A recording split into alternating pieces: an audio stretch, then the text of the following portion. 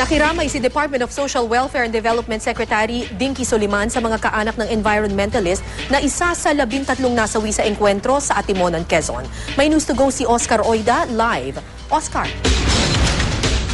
Yes, Kara, pasado alas 10 nga ng gabi nang dumating si DSWD Secretary Dinky Soliman sa bahay ng ni Tirso Lontok dyan sa May Dolores sa Quezon.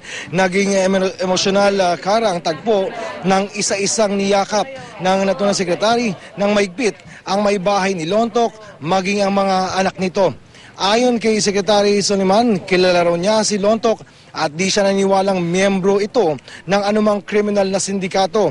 Gayunpaman, nananawagan siya sa lahat na maging malumanay at iwasan ang mga walang batayang espekulasyon, sa halip ay ipaubayan na lamang daw ang pag-iimbestiga sa mga otoridad.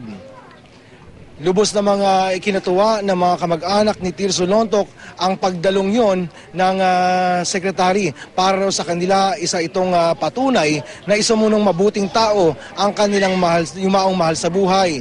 Samantala, isang luksang parangal, Kara, din ang isinagawa kagabi para kay Lontok at pinangunahan ito ng kanyang mga mahal sa buhay at nandun din at nagpatotoo hinggil sa muling kabutihan ng nasabing environmentalist ang mga kaibigan, kamag-anak, maging mga magsasaka umano na natulungan ni Lontok.